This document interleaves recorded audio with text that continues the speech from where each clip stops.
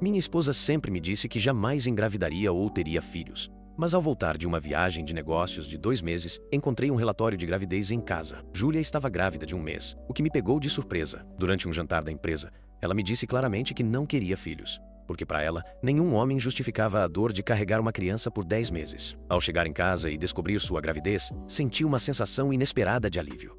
Liguei para ela calmamente e sugeri que encontrássemos um momento para nos divorciarmos. Júlia reagiu com desprezo e perguntou se era por causa da decisão dela sobre filhos que eu queria me divorciar. Durante a conversa, a voz de Miguel, seu amigo de infância, interveio, mencionando um presente para o bebê. A ligação foi abruptamente encerrada, e eu me senti cada vez mais desconectado da casa que antes era nosso lar.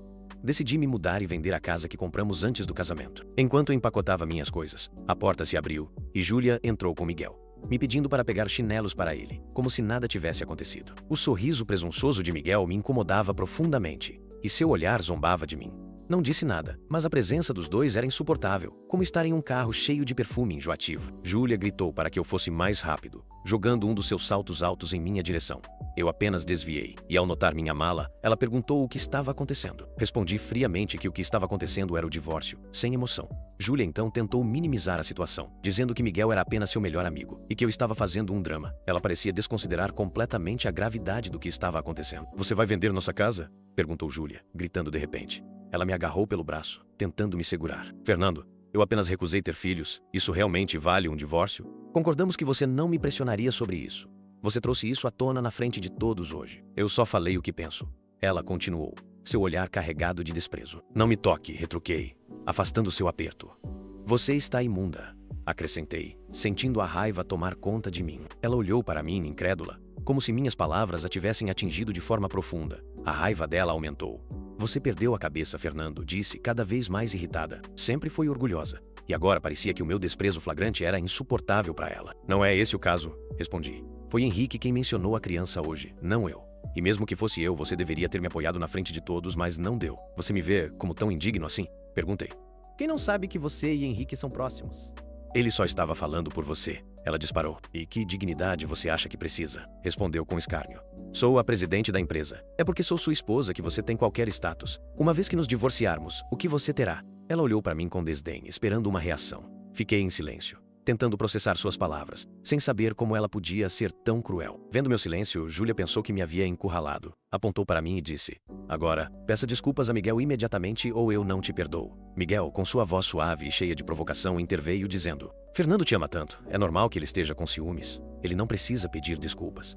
Ele continuou, com um sorriso arrogante: "Se Miguel não fosse gay, talvez eu nem tivesse escolhido você, porque você tem sido uma decepção." Eu permaneci em silêncio sem saber o que dizer.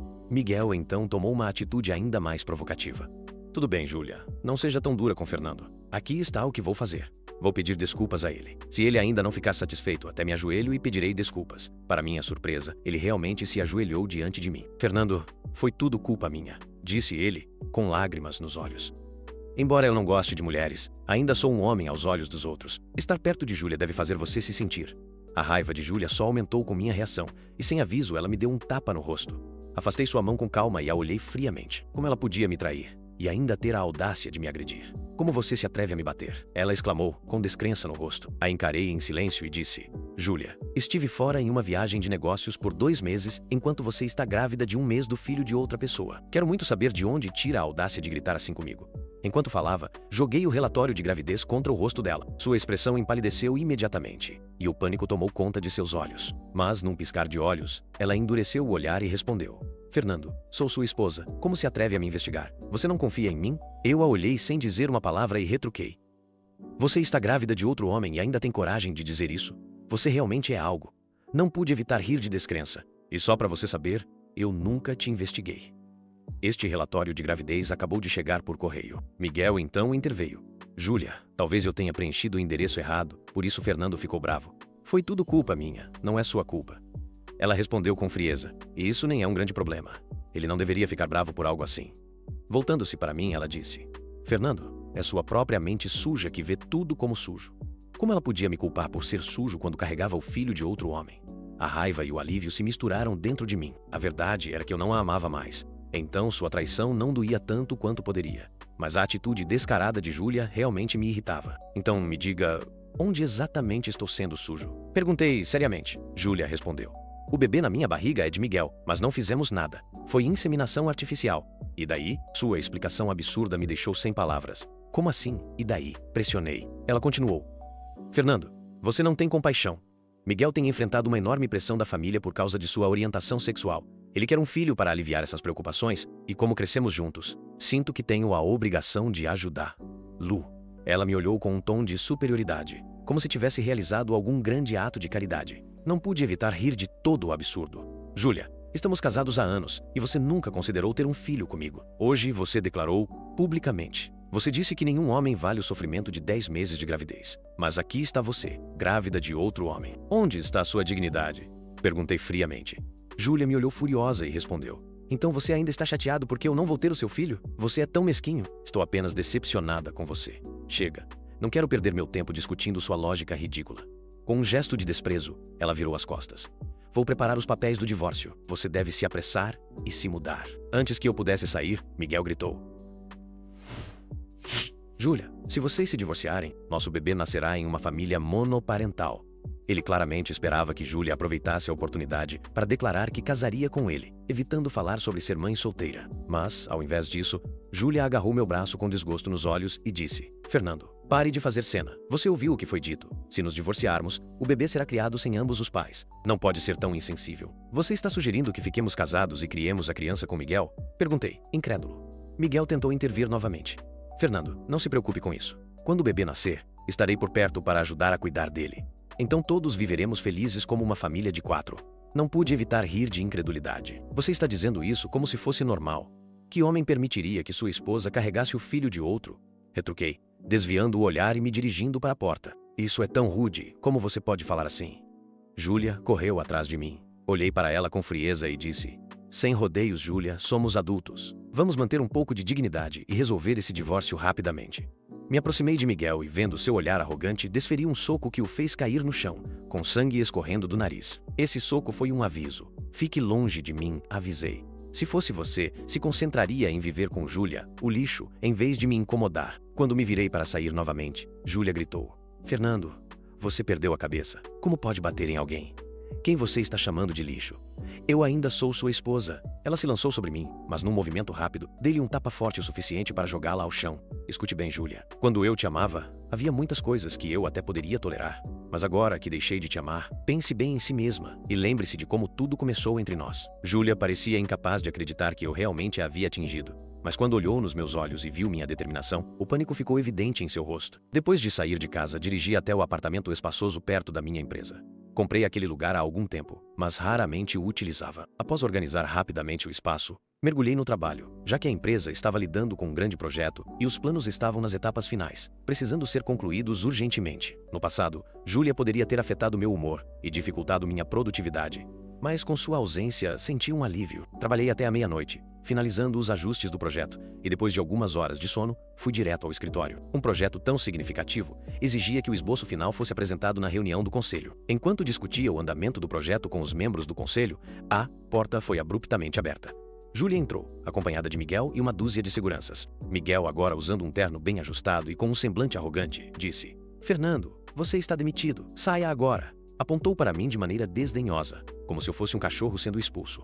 O silêncio na sala era denso, interrompido apenas pela voz autoritária de Miguel. Júlia, ao seu lado, ostentava aquele sorriso presunçoso que só ela sabia fazer, como se já tivesse vencido. Respirei fundo. Meu instinto foi explodir, mas sabia que isso daria a eles exatamente o espetáculo que queriam. Em vez disso, endireitei a postura. Olhei ao redor e percebi que os membros do conselho estavam visivelmente desconfortáveis com o rumo daquela reunião. Alguns franziram a testa, outros murmuravam entre si. Não havia sinais de que concordassem com a forma como Miguel e Júlia estavam conduzindo tudo. Com todo respeito, Júlia, comecei, direcionando meu olhar a ela e a Miguel, é claro. Fiz uma pausa estratégica para que minhas palavras ressoassem na sala. Entendo que ambos querem me humilhar publicamente, mas antes de sair, acredito que tenho o direito de me defender e esclarecer algumas coisas. Júlia revirou os olhos, claramente impaciente. Fernando, por favor, você não é tão importante assim para precisar de uma explicação. Respondi com um sorriso frio. Talvez não para você, mas acredito que minha contribuição à empresa ao longo dos anos fala por si só.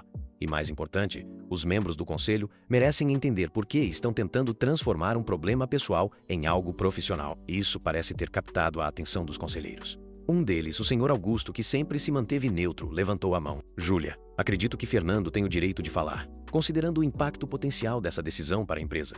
Júlia bufou, claramente irritada. Se é isso que vocês querem, então que ele fale, mas ele só está perdendo o nosso tempo. Ignorei o comentário e continuei. Nos últimos anos dediquei minha vida a esta empresa. Minhas contribuições, como muitos de vocês sabem, foram significativas para o crescimento de projetos importantes. Nunca trouxe questões pessoais para o trabalho, mas infelizmente isso não pode ser dito sobre Júlia e Miguel. Miguel tentou interromper, mas continuei sem dar espaço. O que está acontecendo aqui não tem nada a ver com meu desempenho ou conduta profissional. Esta tentativa de me demitir é uma retaliação pessoal. Júlia é minha esposa, ou pelo menos era, até eu descobrir que ela estava grávida de outro homem enquanto eu estava viajando a trabalho. E esse homem é Miguel. Fiz questão de olhar diretamente para ele ao dizer isso. O murmúrio na sala ficou mais intenso. Alguns membros do conselho pareciam surpresos, outros incomodados. E o que isso tem a ver com sua conduta profissional?